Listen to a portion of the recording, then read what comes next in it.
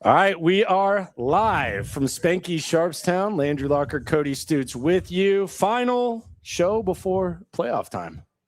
Yeah, I guess it is the final show before playoff time. Final show before playoff time.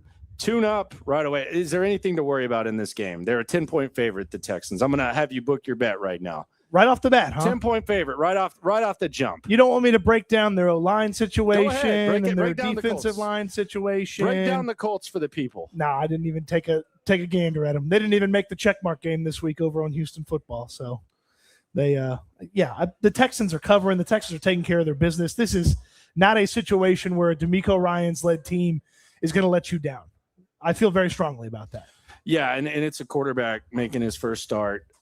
They didn't trust him enough to they called Phillip Rivers for a reason. He was part of the reason they didn't trust him down the stretch. I would think so. But the other part about it is they're in the playoffs no matter what. Correct. So it's kind of one of those little tune-ups. Scoreboard watching, I think, will be interesting with the Jags. There's people out here at Spanky's that believe. And by the way, happy birthday to Mark. Mark has a birthday. Happy birthday, Mark. Look at that.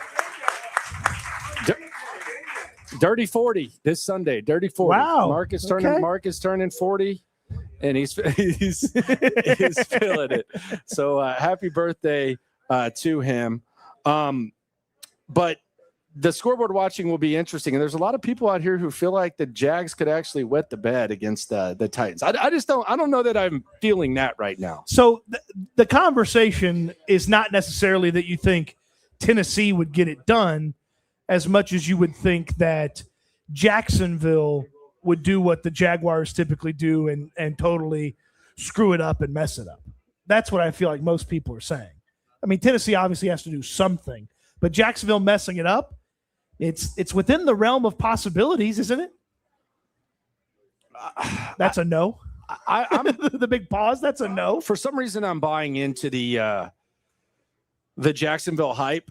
And that sure, I think they can avoid the meltdown. Am I going to pick them in the playoffs? I think the opponent kind of depends. But the Denver game really kind of flipped my notion that the Jags are going to have some sort of meltdown. It's still possible, but the way they handled Denver, I thought was kind of one of those.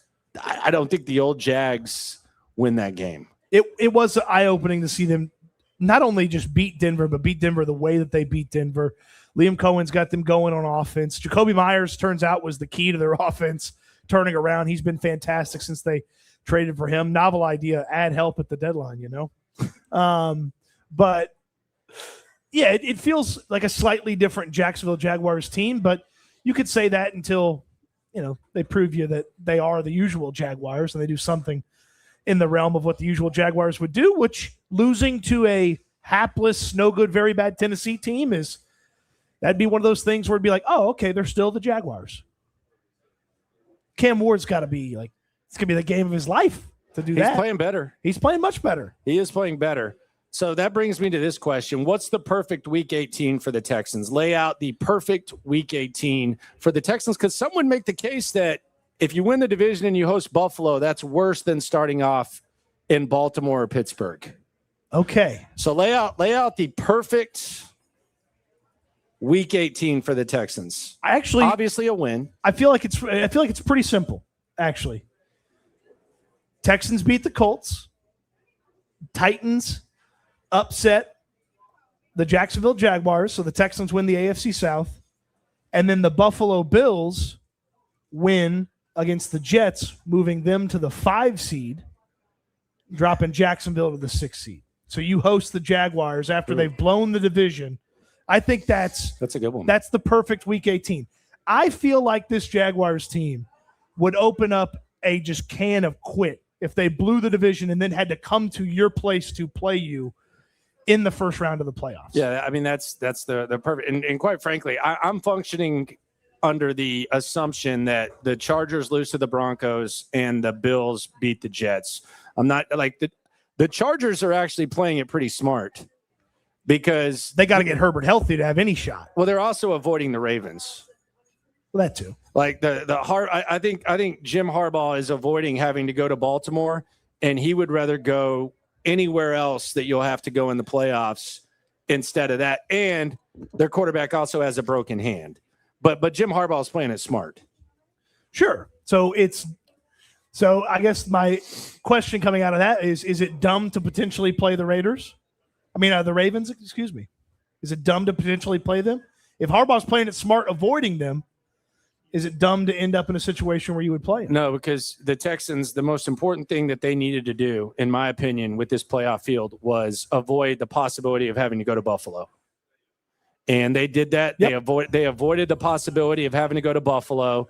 And that is one of the things that the 4 seed, the 5 seed allows you to do is you avoid the possibility of going to Buffalo. You will never go to Buffalo if you were the 5 seed. 0 chance.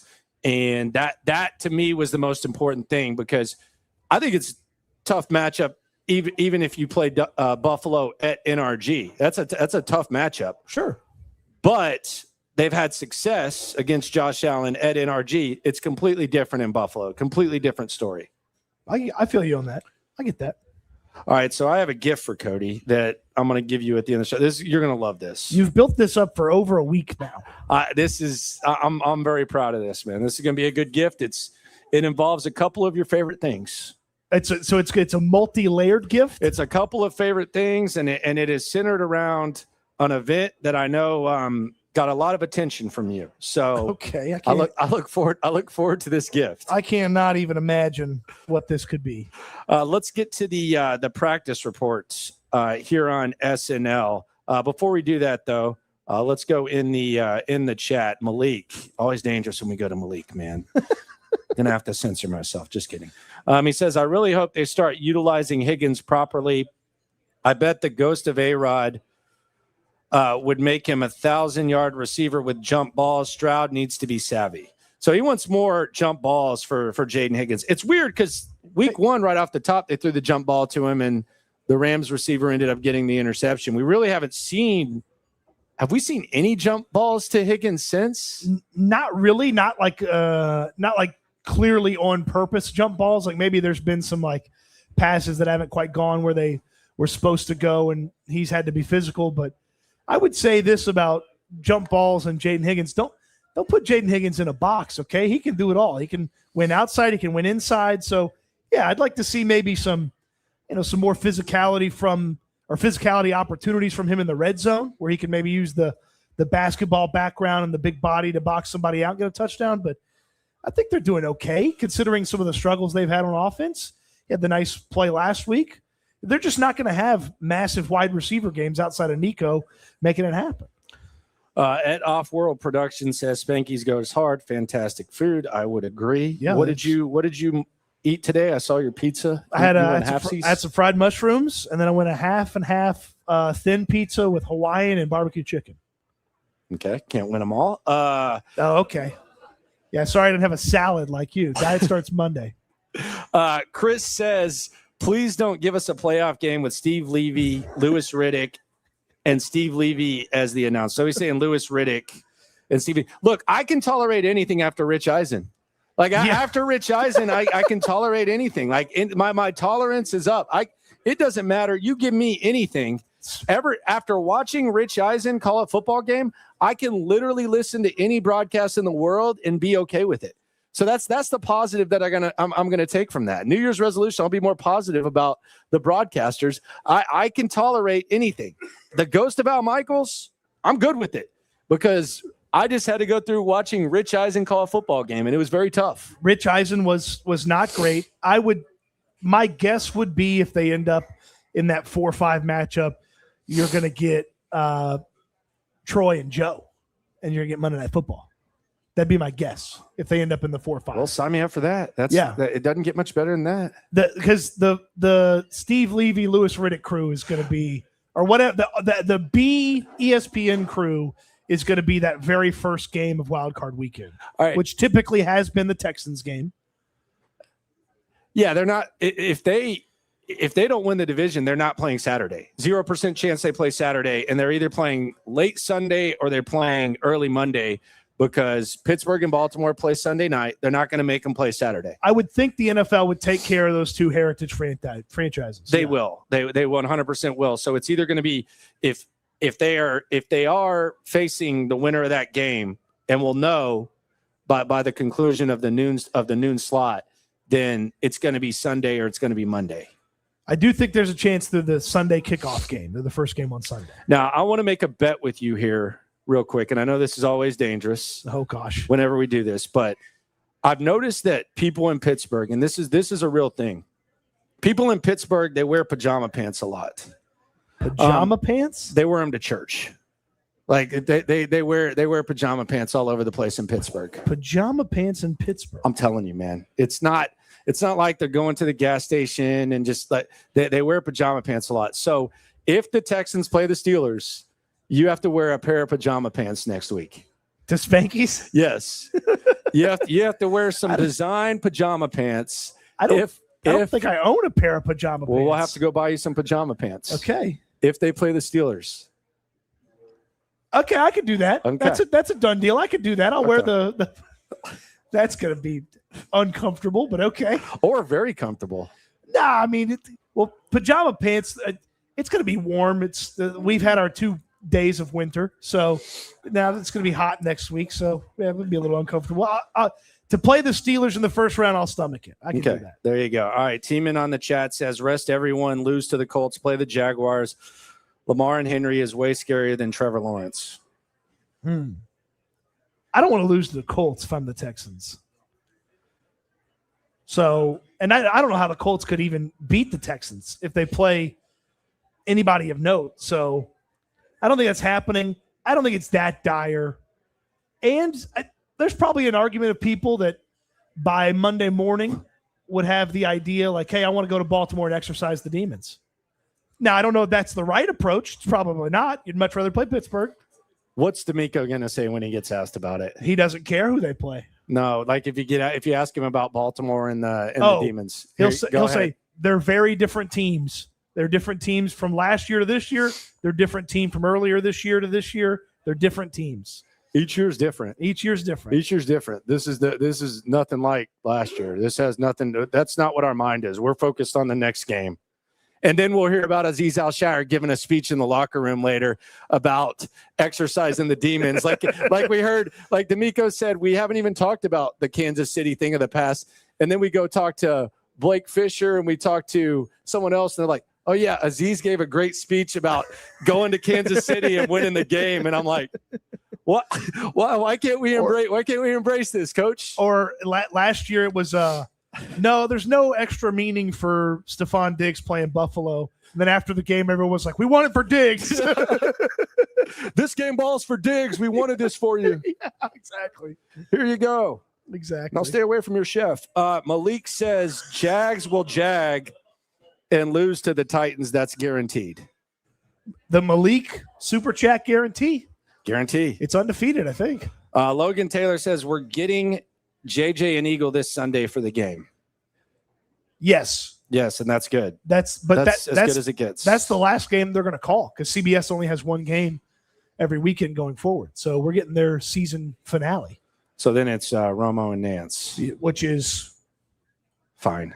It's in the zip code of Eisen and Warner. Just because of Romo, though. It's in the zip code. Just because of Romo. It's not on the same street, but it's in the zip code. Just because of him. Yeah. SNL Live from Spanky Sharpstown. So we had a chat today. We talked to one of the new Texans, Kavon Wallace, a.k.a. who the heck is number 38. Right. That's what a lot of people were saying That's what you were saying to your TV last week. I got to say this, man. He might be a potential boost to the Texans' superpower, which is the defense. I think Kavon Wallace might be just what they needed at the right time. And by my math, I think it had been 407 days since he had played football, just off the top of my head. By your math, hold on.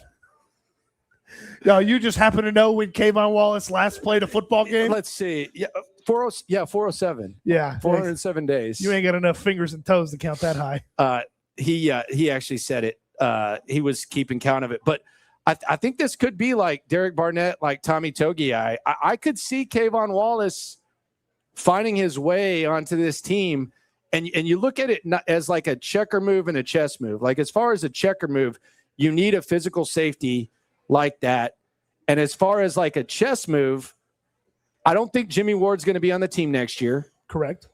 So if you have another guy on your roster that can play kind of that box safety role, then I think he could be a guy that, just like Derek Barnett a couple of years ago and just like Tommy Togiai last year, you look back and say, dang, they looked into this. He's on his third team this year, but he's been hurt. Yeah, he's missed a little bit of time, but I mean, he's played over 70 games before he got to the Texans, so it's not like he's lacking experience. Played a ton in college at Clemson, and yeah, back-to-back seasons, the first season and then this last year, they had mid to late season additions that ended up being key players, sometimes out of necessity and sometimes just being able to utilize them. And then now you have Kavon Wallace. Out of necessity, you kind of got to put him on the field because he's bigger and more physical than Miles Bryant, and it works out to a large degree. And now you can keep him on the field because it worked out. Yeah, I thought he was really, really good today. Like it was a 10-minute conversation. Yeah, people will be able to catch that on the SNL channel tomorrow. Yeah, we'll put it up. We'll put it up tomorrow about 10. Good interview with Wallace. Let's get into the injury report. Kamari Lassiter. We said that he needed rest. It's officially official. Kamari Lassiter will not play on Sunday. If it were a playoff game, I think he would. Correct. But this is a long time coming. He hadn't practiced during the week for 3 or 4 weeks now. Yeah, he'd been missing some early days in the week of practice for it feels like close to a month now. So he needed a rest, and he's getting a much needed rest. So good for him. Yes, this is a guy that, if you just couldn't do anything to keep him off the field, he's the first guy that you get him on the bench and get him out of there, but he's not even going to be active for this one. He's officially ruled out, so no Kamari Lassiter, so he gets to rest up, and one of the most physical players on this team gets to get ready for whoever that playoff matchup is. And then Jamal Hill, he's been ruled out. I don't know what his status is. He was playing good on special teams, but I have no idea what will happen with him. And then Trent Brown is questionable. I would probably give him another rest if you can. He's a massive human. Right. Just let him rest. Yeah, but I mean, this is the first time he's been hurt this year. Just let him rest. Okay, yeah. No, I'm. If you don't have to play Trent Brown, you could certainly put it together for a week against the Colts and figure it out and then have him ready for the playoffs. I do believe that is their preferred offensive line, to have obviously Ursery at left tackle and then Trent Brown back at right tackle and then play Titus Howard at left guard. So, yeah, if Titus got an extra week at right tackle, probably wouldn't hurt his feelings, and let Jared Patterson hold it down at left guard for an extra week.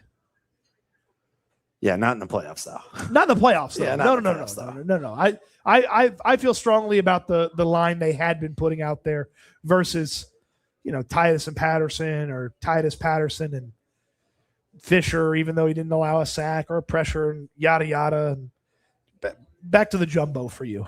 Rich Boy J says, how frustrating would it be if we and the Jags lose? So that would mean you would play them next week, and Buffalo would jump up to the 5 under the assumption that they're going to beat the Jets. Yes, the assumption is they're going to beat the Jets. So, yeah, you would then go to Jacksonville. It wouldn't be the worst thing in the world. I'd rather go to Jacksonville than go to Baltimore. I'd rather go to Pittsburgh than go to Jacksonville, though. So, yeah, that'd be very annoying, actually. You lose to the Riley Leonard-led Colts when you have a chance to win the division. Be kind of deflating. Dime says it would be very Jax of them to lose to Tennessee. So a lot of people kind of that's biting the hook on that theory. That's what you have to bet on. It's not, hey, Cam Ward's going to get it right, right here at the end of the season. He had it right last week against the Saints, and they couldn't hold on to the lead. So, yeah, you got to bet on Jacksonville, throwing up on themselves as they've done many times at the back end of the season. So Steelers versus Houston. I think it's a dream I think it's kind of like a uniting thing, because I think the old school Oilers fans hate the Steelers. I've had this theory. They hate the Steelers. So it's almost like just a merge of Texans fans. You hate the Colts if you're a Texans fan. You hate the Titans, but the Steelers and Texans don't really have like a lot of history. But if you just put that Pittsburgh logo up there, it just brings out the hate from the old school Oilers fan. Yeah, if you're an Oilers fan that hadn't quite made it over to being a Texans fan, you're still like, all right, go Texans in that game, because you hate the Steelers. Yeah, and you get a little extra rooting interest from across the country, because I feel like people still don't like Aaron Rodgers. So I feel like people across the country are also rooting against the Steelers. You think? I don't think people like Aaron Rodgers. Oh, I didn't even think that people were really even paying attention to him. I never even hear about him anymore, really. Well, yeah. I mean, I don't think he's the opinion last year was he was fairly annoying to a lot of people, and it's not like it's improved. No, he's just kind of gotten worse and worse. He's just kind of there. You asked this. I'm going to make you Coach D'Amico Ryans. Is there a bailout point to playing the starters in this game? I do believe we see Davis Mills before this game's over. And so you're benching CJ? No. So you're saying CJ is going to throw 4 interceptions in the first half, and then Mills is going to save the day? See, you do a good job trying to put words in my mouth. That's not what I'm saying. You will be sufficiently ahead, and the outcome of the Texans game as well as the Titans-Jaguars game will be pretty much in hand. So it's key players hit the bench. So you see a little Davis Mills, you get a little bit more Nick Chubb. You do get Blake Fisher in there at left tackle. I think that point's probably late third, early fourth. I'm not going to say that. I was about to take it too far, I think. I don't know if I was, though. Well, now you got to say it. I would rather see Dare Ogunbowale than Nick Chubb at this point. Well, no, you might actually need Dare. Oh, so we're just doing this just to throw him out. Oh, so I don't want to risk Dare. Yeah. Okay, but we're still not trying to win. No. Okay. The game's going to be in hand. Oh, the game's in hand. Okay, go Chubb. Yeah. Go do your thing. Yeah, there you go. The game's in hand. Go get him, man. No, you're trying to win this the whole time. Okay. But once you feel like the game is in hand, then you go out there and it's Nick Chubb, Blake Fisher, Davis Mills, empty the bench. Yes, but we agree Dare Ogunbowale is better than Nick Chubb right now. I would rather watch Dare on the field than Chubb if I had to choose between those two. The Chubb is so rough right now that even his highlight of the season was kind of like a low light. Like that 33-yard run, he got run down by Max Crosby, who needs knee surgery. Well, I mean, Max Crosby's still a great athlete. I got nothing but love for Max Crosby. All I'm saying is Max Crosby, after going inside, the old Nick Chubb, and Nick Chubb was one of the three best backs in the league for an extended period of time. The old Nick Chubb. My daughter just gave me some art. It's great. That's great. That's a very nice, it's a great thing sweater. Right there. Yeah, that's amazing. I feel like she cheated on this. I don't think she did this herself. I feel like the teachers are cheating over the preschool.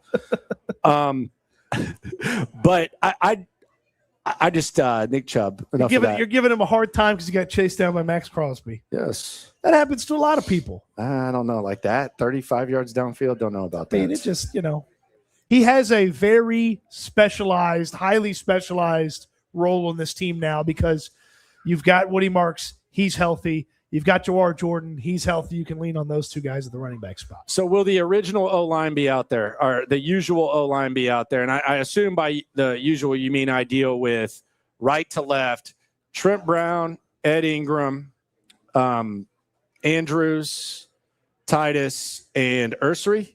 Yes, that'd be the usual line to me at this point. Okay, yeah, that's the one that works the best. I'd like to see him just for a bit if Trent Brown wants to give it a go. I certainly understand giving Trent Brown the week off. And then it's like, okay, do you give Titus the extra reps at tackle, or do you move him back in there and just give Fisher Trent Brown's reps? So there's a little bit of figuring out from that standpoint, but I'd like to see the usual line if Trent Brown's feeling up to it, because he's the only one that's really missing at this point. Ursery's been limited and then full, so he's good to go. No injury designation. Yeah, Ursery's good to He's go. got to give it a go with whatever the hand situation is to find out if there's any limitations. Yeah, they don't know that yet, so they're going to have to figure that out. But yeah, that is definitely the O-line. I don't know whether we see Trent or not. I believe in him.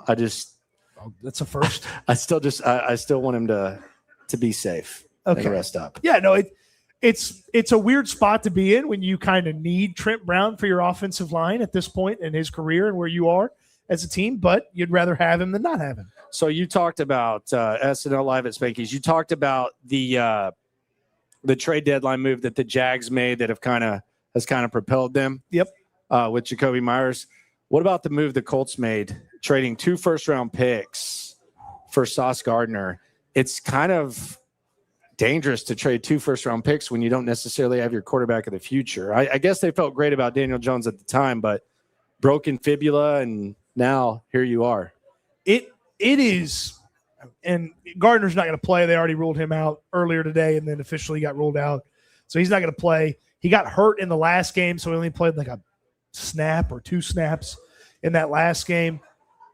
I mean, it's pretty close to disaster territory for the Colts on that trade, isn't it? I mean, is Daniel Jones, is what you saw from Daniel Jones early in the season, is that what he's going to be moving forward, or does the fibula push him back? Because I would imagine that's how they felt. Because they were a historic offense. The fibula is not what he's dealing with. He tore his Achilles on his other leg. Oh yeah, he's fibula and then Achilles. So he's got the Achilles injury, which is, I mean, from the time of way year worse. Yes, the time of year where he got hurt, it drastically affects his ability. That's right. To participate next year. They're in quarterback hell. You can't trade draft picks when you're in QB hell, which is what the Colts have been in since Andrew Luck retired. So I mean, with not having and if you were going to take and I understand that they're 2 years removed from the 4th overall pick on a quarterback, but if you were going to take a mid-round flyer on a QB that's in the draft, you could have at least done it this year and tried to see if Steichen could coach the guy up, but now you can't. The Jets are making that pick, and they're doing it again next year. What if they would have traded up for Jackson Dart or something? What if they would have drafted Warren and then just moved up for Dart? Well, I mean, I feel like Steichen could have done some damage with Dart if he could have kept him from running and acted like he was a that's never going to happen. Video game quarterback. Did you see Jackson Dart's dad talking crap about people criticizing his style? Really? Yeah, he was calling people out. Does his dad wear face paint when he gives interviews like Dart does when he's on the field? No, he does not. No. All right. So what would it take you to bet on the Titans on Sunday? What would it take for you to bet on the Titans? You'd probably have to have a free roll, bet somebody else's money. You're not. You wouldn't take the 10. You're not giving the Titans any chance. No, I'm not. It's just 10. I think it's going to be a blowout. I think just 10. I think the Jags are going to take care of business. I don't really see. Are we going to know by the end of the second quarter this thing's wrapped up? Yes, I think Liam Cohen's a really, really good coach. I think he's done a good job. I don't think that this is the same old Jags. I think it might be the same old Trevor Lawrence, but I think Liam Cohen's a good coach. I think they know what they're doing. By the way, if you're getting 10 somewhere, go ahead and take it because this is to 13.5 now. Okay, it's 13? 13.5. Okay. I thought it started out as 10. It did start out as 10. Texans is 10. Yes. So it started as 10. It's up to 13.5. All right. So somebody bet a hell of a lot of money on Jacksonville, someone that's big time. I think at 14, I'd have to take the Titans. I wouldn't. Really? No. 2 touchdowns? No. Come on. No. Come on. No. I'm out on that. That's a no for me. Jeffrey Simmons, legendary defensive performance. No. Cam Ward, best game of his rookie season. No. Kamir DK with a punt return or kick return touchdown. No. Calvin Ridley's out for the year. I'm out. Okoronkwo, their tight end with a big play. I'm out. That's all I got nothing else for you. I can't really do much to convince you. The Rhino says, I'm just here for Landry's fresh fade. All right. Thank you. Sir Wag says, Happy New Year, gents. Thanks for a great year of Texans content this year. We got the Spank Boys and others. Could Texans bring in Trevon Diggs? He's a Packer. Not only is he a Packer, the Packers claimed him. So they took on the current deal that he had, which is not cheap. And so that was pretty intriguing by the Packers. We talked about this the other day. There's somebody out there that would give him starting cornerback reps. If he'd hit free agency and he was picking, He never even hit free agency. The Packers wanted him that bad. He's a playmaker. It's just kind of a freelance type of situation. It's a little bit different. I mean, that 1 year he had was nice, but he's a freelancer. I don't know if, people were talking about with the Texans, but like, what would he do? He would sit on the bench until something bad happened to Kamari or Stingley. Yeah, he's not as good as either one of those guys, and just don't think that would work. Yeah, and he's in Green Bay now, so I was not on board even if he was hitting free agency. Certainly wasn't on board from a claim him off waiver standpoint. But yeah, I don't think he's going to make that much of a difference. How does Tremont Smith being on the field make you feel? Are you scarred from the last experience? A little nervous. Shouldn't you be a little nervous if you see 11 trot out there on defense? I mean, 76 yards on 2 plays when Lassiter went out. It was just 76 yards, huh? On 2 plays. They was their longest play at 16 and then 60. Okay, yeah. So, yes, 76. Felt more like 186, but yeah. Alex Pierce underrated. I don't care what Tremont Smith does against the Colts. I worry if Tremont Smith ever showed up against, Pittsburgh or Baltimore. Pierce is going to get paid, isn't he? Oh, absolutely. He's going to be that receiver that just gets a crap ton of money. Or they're going to franchise tag him. No. I don't think their roster situation is to the point where they can afford to franchise tag him. But he's hitting free agency and getting. He's going to get broke off. If Jacksonville hadn't found Jacoby Myers, they might have been the team to do. Honestly, Tennessee might do it. Oh, yeah. Follow up the Calvin Ridley thing with that? Yeah. That'd be real fantastic. Tennessee, the Jets have $100 million in free agency money, so maybe the Jets. He's not a bad wide receiver, but he's going to get paid like a great wide receiver, and that's fine. Get him off the Colts. That takes away one of their weapons. But all right, so interesting quotes of the week. There's one quote that you've been focused on that I thought was a little bit weird myself. We talked to Nick Caley this week. We talked to CJ. CJ Stroud saying that the last game was like the best game of progressions and pre-snap that he's had all season. It was weird to hear. That was probably the most curious comment of the week to me, because you would think if CJ had really good pre-snap and if CJ had excellent awareness of what the play needed to be and everything like that, the offense A would have looked better, B would have handled all that pressure that came their way after those first few drives. And it's what he said did not match up with what my eyes saw in that Chargers game. I mean, he was getting rid of the ball very quickly, so maybe that's part of it. Just don't risk anything. But he also threw 2 interceptions. So it's and you heard Caley say, yeah, he's done a great job protecting the ball. Well, the last game he threw 2 picks. So I don't know. Maybe there's just some deep thing that they're working on to where it's something that the naked eye doesn't understand. But it just didn't. If that's what the offense looks like when he's handling everything the best pre-snap, I have doubts, reservations about the offense, which I already do. So that's kind of an interesting quote. It did feel like there were just in the Raiders game. It felt this way too. There are just a handful of plays where he gets rid of the ball and it's like he threw it just to get rid of it fast, not because that was the best play or a good play or the most effective play. It's just, hey, get rid of it. And it might be a good thing. It might be a good trade-off, but maybe it impacts the accuracy because the Woody Marks play is the one that I keep looking to. But it's just an interesting thing to hear CJ say. And maybe it's true. Maybe it's not. I don't know. I think we already have our reservations about the offense. So. I mean, he's thrown less interceptions than last year, but he also missed 4 games. So, I mean, it's not like he's on roughly the same touchdown to turnover ratio as last year, give or take a little bit. Yeah, I guess if protecting the ball is make a quick decision where only your guy can make a play, even though it doesn't get you that many yards, cool. I think that catches up with you at some point, and they have the ability to be far more explosive than that. I would also think that doing your job well at the quarterback spot before the snap would help alleviate some of that pressure that we saw affecting the offense.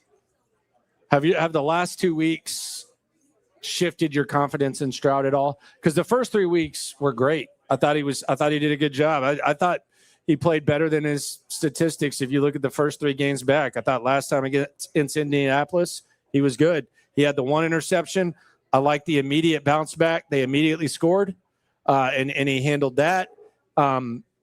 Kansas City, when they needed to make plays, he made plays, even though the offense disappeared.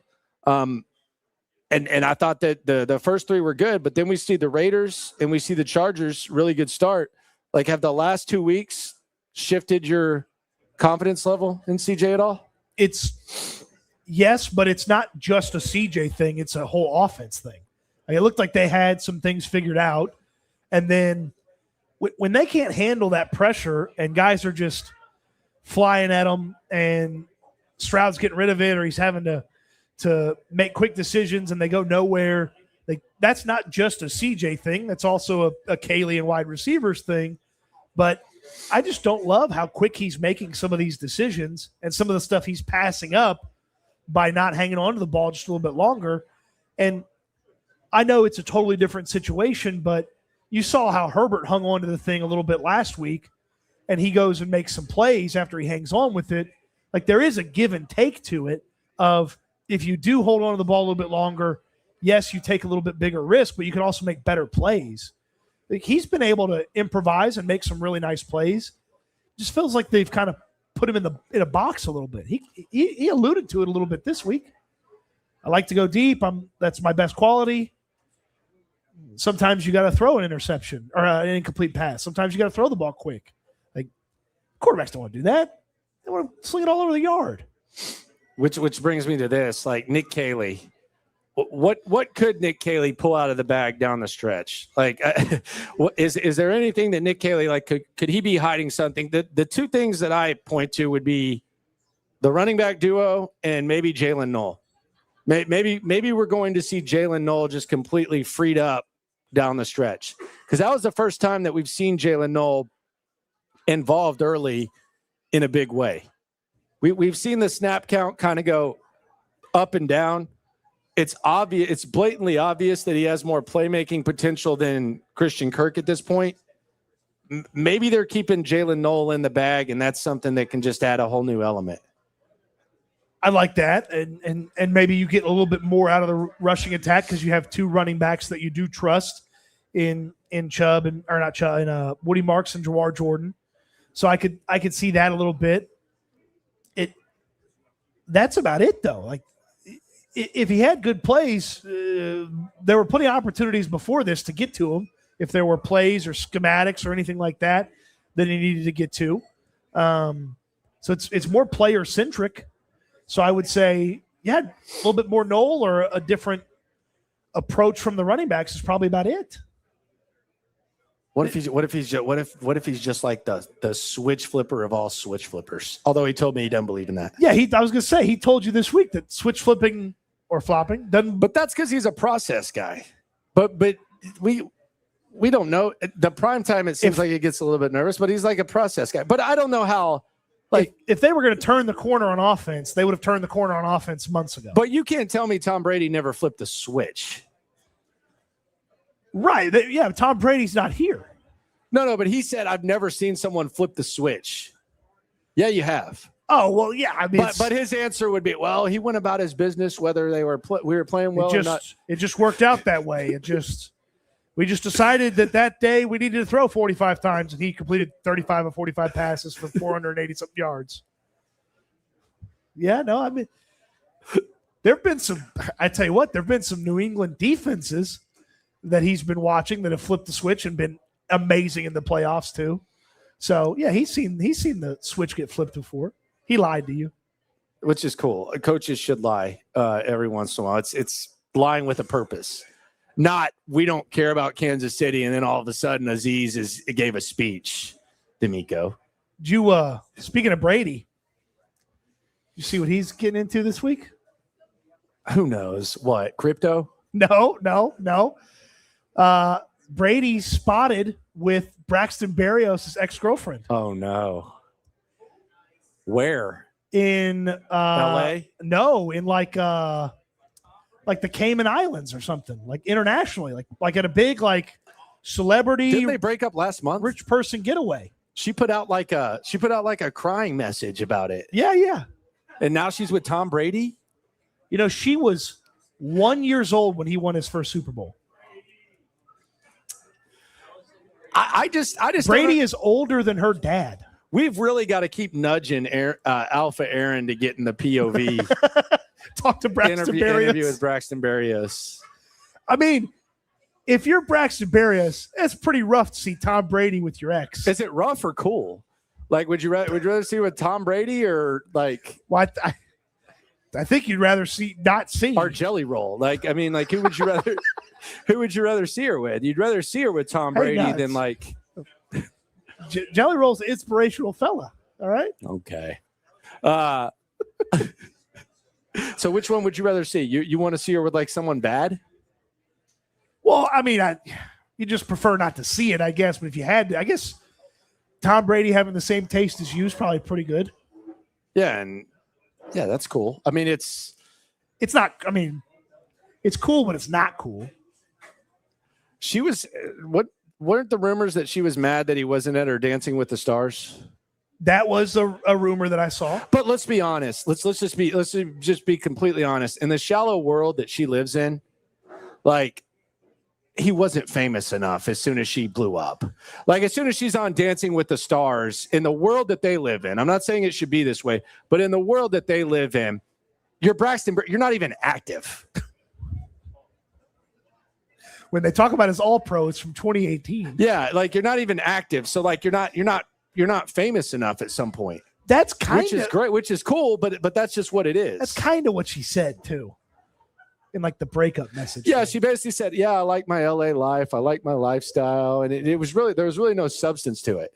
And I was just like, what is she doing? Oh, it's the girl that got famous for being attractive on TikTok doesn't have a lot of substance. See, I didn't even know who she was. I didn't know anything about it. I just knew she was on Dancing with the Stars, and now I guess Tom Brady is just adding her to the list. I mean, how does this guy do all this? Like, he's got ownership, he's broadcasting, he's doing all this other stuff. It's ridiculous. By the way, did you see what Troy Aikman's doing?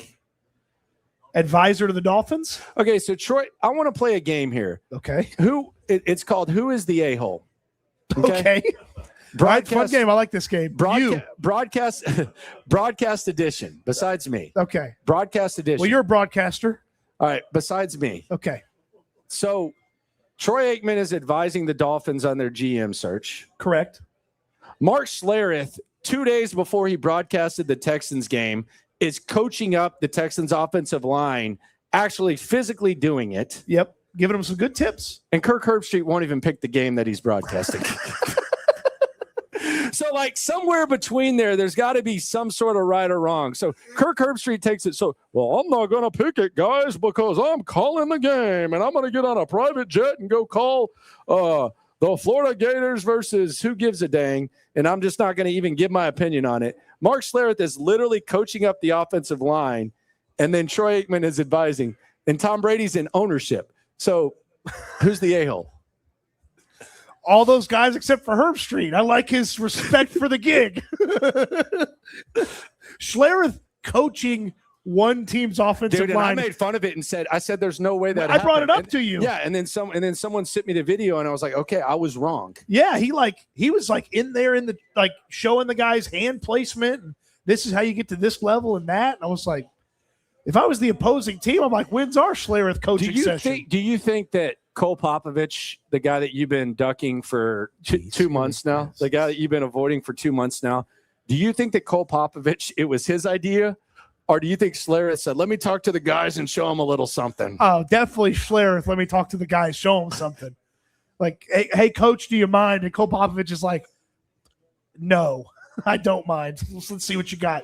All right, we're going to relive the roller coaster of Week 18s in a sec. But speaking of offensive line, I got a gift for Cody Stoots.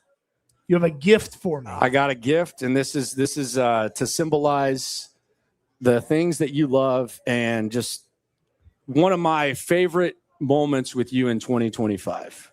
Okay. Because we know that you like guards. Yeah. Got deep into You're ready for draft guards. You like offensive line talk. Yep.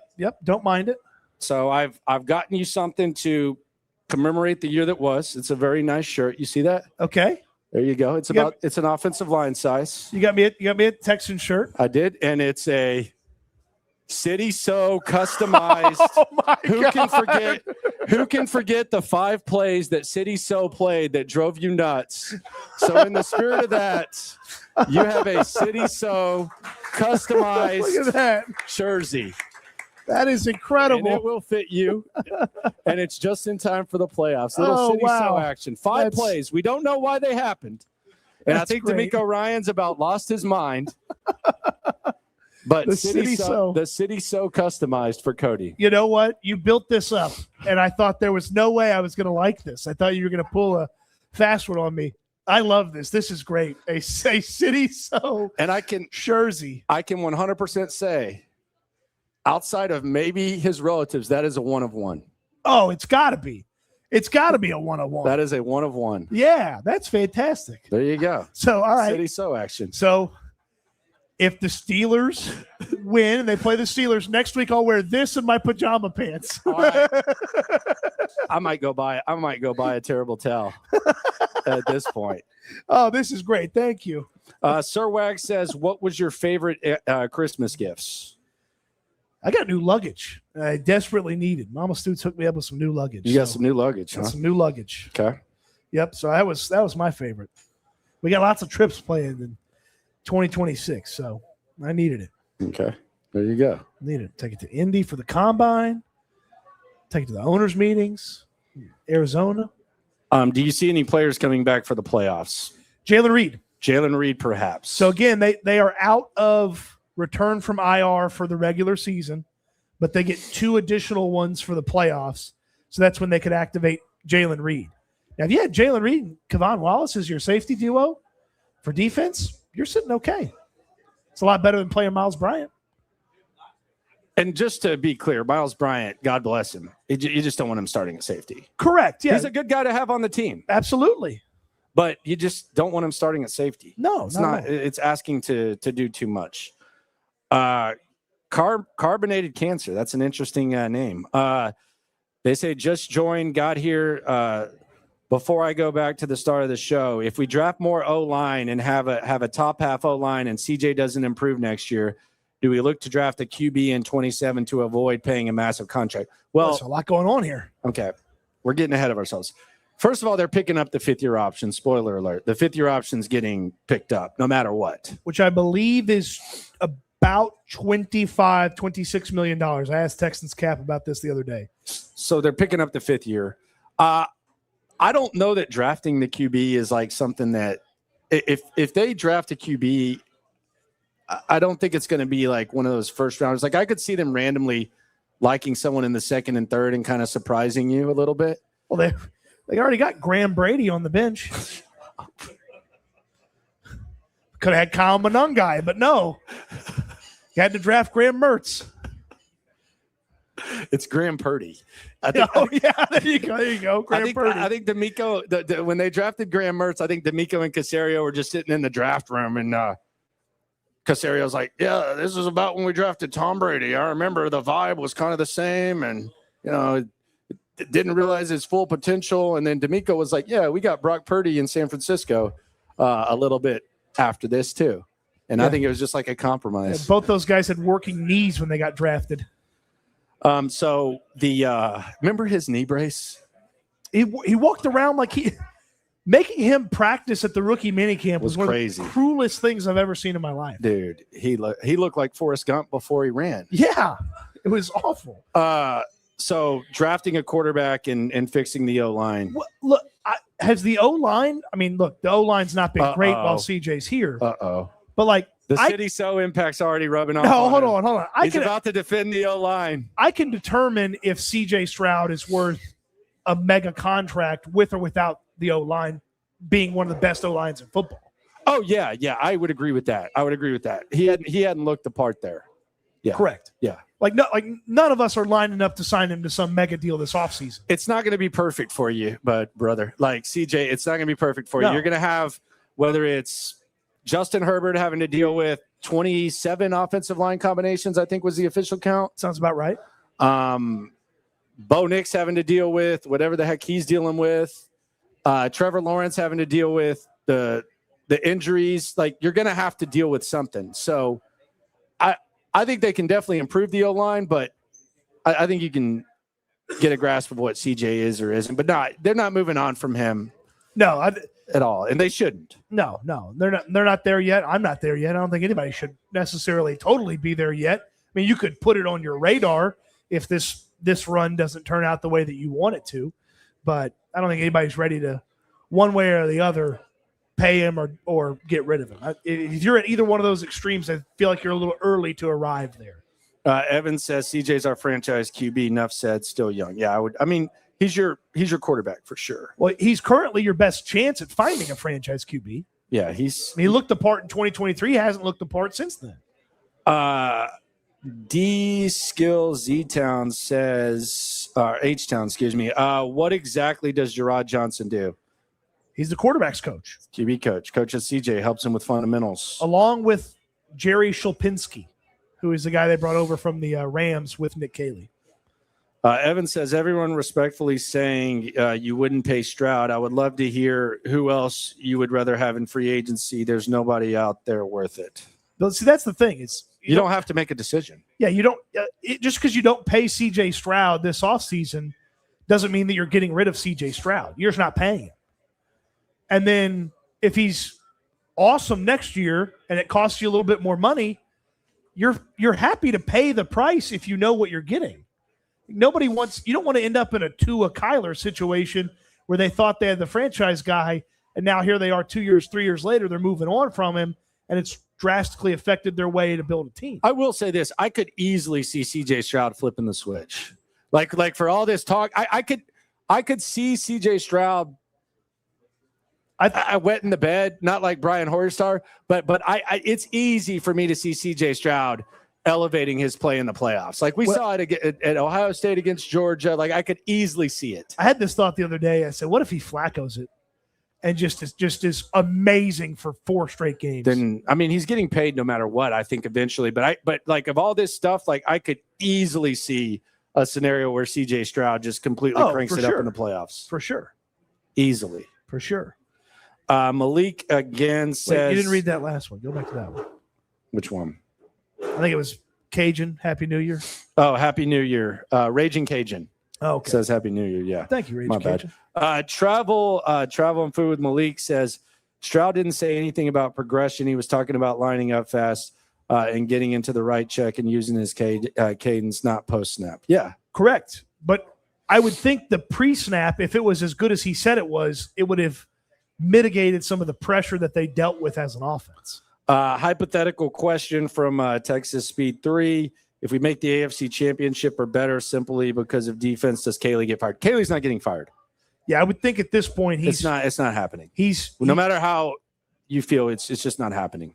And unless he just has a total meltdown in the playoffs. I don't think it's happening. But I would think at this point he has done enough where they'd like to see another year and see if maybe the jump from year 1 to year 2 could be a big improvement.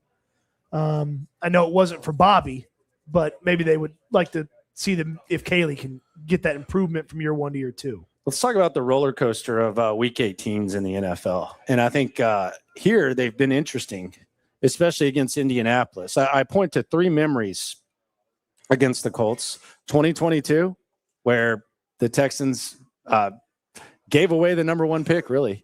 They ended up winning the game. Yeah, the Lovie Smith stick it to the Texans game. Yeah, the Bryce or bust, as I would have called it.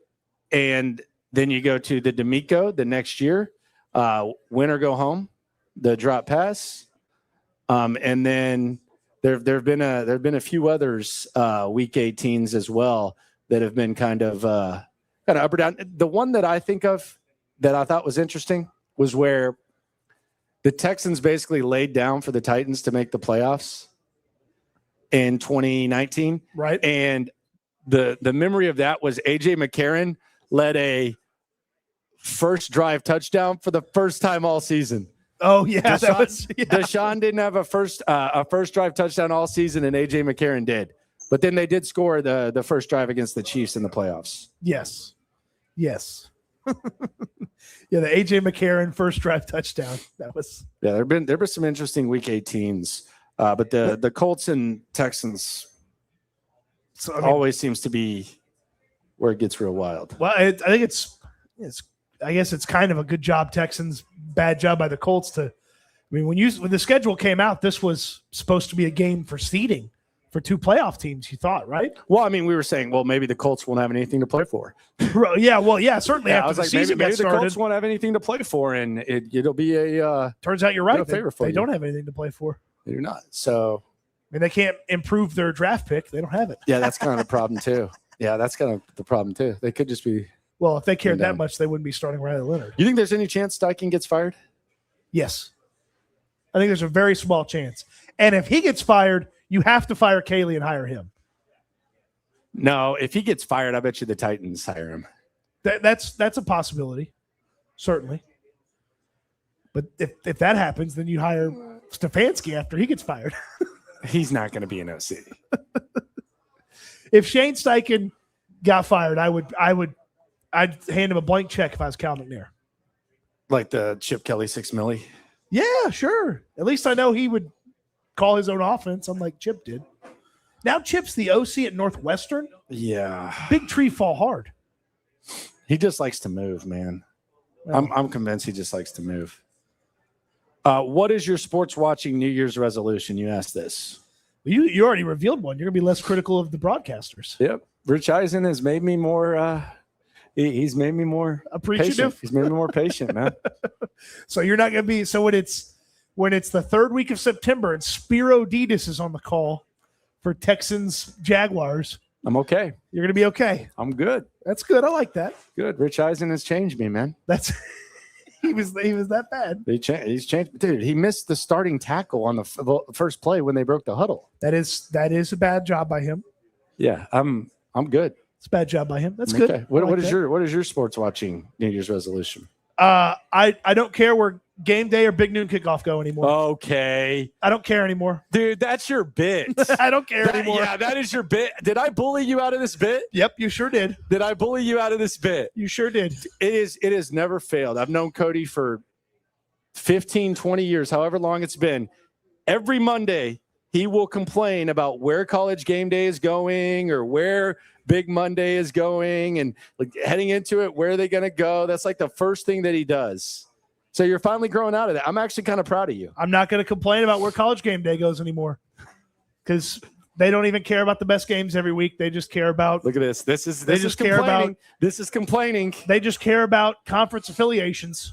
This is complaining. They'll go to Tennessee versus somebody crappy over going to the best game of the week. Game day is not about the best game of the week. See, I thought you would quit being like tech whiny after yesterday. I thought maybe it would just kind of die down. But this feels like Big 12 chip on shoulder, and I feel like that should have gone away after yesterday. Oh, they should have knocked away the Big 12's confidence with Texas Tech wetting the bed in the playoff. I thought you'd be over it after that. Well, I mean, I'm thankful that I don't have to worry about ever watching a Baron Morton quarterback team ever again. I'm just afraid when I visit Lubbock, he's going to be real rough with my bags at the airport. T on the chat says CJ is one of the worst QBs under pressure I've seen. Throws uncatchable balls and gets happy feet. It's the NFL. Pressure will happen. I mean, he's had some rough pressure moments, certainly. One of the worst in the NFL. It feels like a bit of an exaggeration. He's had some bad moments under pressure, certainly. Clifton 2125, shout out to you. My friend Timothy says, I definitely think CJ flipping a switch. He's running less, and I definitely think he's saving it till playoffs because of the concussion. I hope, because he's going to have to use those legs in the playoffs. Oh, absolutely. I mean, look, that's one of the things. Whoever you get in the playoffs, they're going to be able to bring some heat. If it's Baltimore, they'll scheme it up. If it's Pittsburgh, they're going to have. I would assume they're going to have Watt if you play them in the playoffs. And if you play Jacksonville, we know their two guys can get after CJ. Ask Ursary from week 3. Tazewell's asking Josh McCown or Shane Steichen for OC. I'm saying you got to go with Steichen. Josh McCown. You got to go with Steichen. McCown all day. I can't quit him. Yeah, right. Josh McCown all day. The McCown train. Get out of here. McCown train. We could have some fun if McCown ever got the job, though. Yeah, my guy, man. Yeah, well, that's my guy. I think Easterby ruined him around here, though, so that might not happen. It's gonna be a fun. That's one of my favorite John McClain stories ever. Easterby? No. It's so we all have the understanding that they were set to hire Josh McCown, and then maybe got a little cold feet because Brian Flores sued the NFL. Yeah. Okay. So they hire Lovie Smith. There's some poor intern, not even a PR intern who knows who McClain is, just some poor intern putting up pictures of Lovie Smith for the press conference. McClain goes, pretty quick getting those Lovie Smith one printed and throwing the McCown ones away, huh? The kid's like, what? He's like so distraught. McClain was having a lot of fun with Lovie getting the job over McCown. McClain's going to join us here next week. Oh, then it's got to be the Steelers. We get some Euler McClain stories. I had breakfast with McClain on Wednesday, and God, another place where he just walks in and it's like he owns the place. They already have it out on the table for him. Hey, John, we know what you want. You want the extra. You didn't want the onions and blah blah blah. Like it was Buffalo Grill. I didn't know he was a regular there too. Dude, it wasn't even like the owner. It was like the freaking just register lady. She's like, oh yeah, and you want the extra onions on your eggs, yeah. right? There's Mr. John. Yeah. He was eating healthy though. Wait, was? Yeah, McClain was. He started early. I don't know what he's doing, but yeah, he's eating healthy. And McClain will wish you a happy New Year all the way up to like February 15th. Oh yeah, it's ridiculous. He will wish you a happy New Year up to at least February. Valentine's Day, he will say Happy New Year. Can we get a? It's 100. You would have to bet $10,000 to win 100 for McClain not to say Happy New Year next week. It's a 100%. It's not even. There's not even a remote possibility that it's not within the first 30 seconds that he wishes you a Happy New Year, and that same bet could be through this month. Yeah, promise. It's like a touchdown bet. Will it be said? Yes. It's not even on the board. Is it the first thing he says though when he gets the microphone? Yes. Yes. Show off that jersey again. Oh, They're asking to see it. The people in the chat want to see the City So custom jersey. Look at that, dude. That is a good looking shirt. A one of one. Yes. There it is. That's great. I could not. If you'd given me a million guesses, I wouldn't have guessed this. Yeah. I'm very surprised that they were able to do that so quickly. All right. Appreciate everyone for rolling through out here at Spanky's. We'll be back next week, and we'll be talking playoffs. Let's be honest. It's all about the playoffs. If the Steelers win and the Texans face the Steelers, Cody will be wearing pajama pants. And my custom City So jersey. And his custom City So. So there we go. Appreciate y'all for rolling through. Thanks to Spanky's once again for having us. Always remember, when it comes to this Texan stuff, we're all in it together. Eat good, sleep good, be good. Clifton has a super chat before we get out of here. He says, guys, CJ will get the max contract. No doubt. Agree. Okay. All right. So eat good, sleep good, be good. Talk Texans again soon. Thanks for coming out. Thanks for coming out to Spanky's. Everybody have fun at Spanky's? All right. And Zach had one request. What's the request? He drove in all the way from Kentucky, but Zach didn't bring Katie. But Katie watches the show all the time, so he wanted to give a shout-out to Katie. So shout-out to Katie for watching all the time, too. Yep. There you go. And we'll be right back here at Spanky's next week. There you go. Let's go.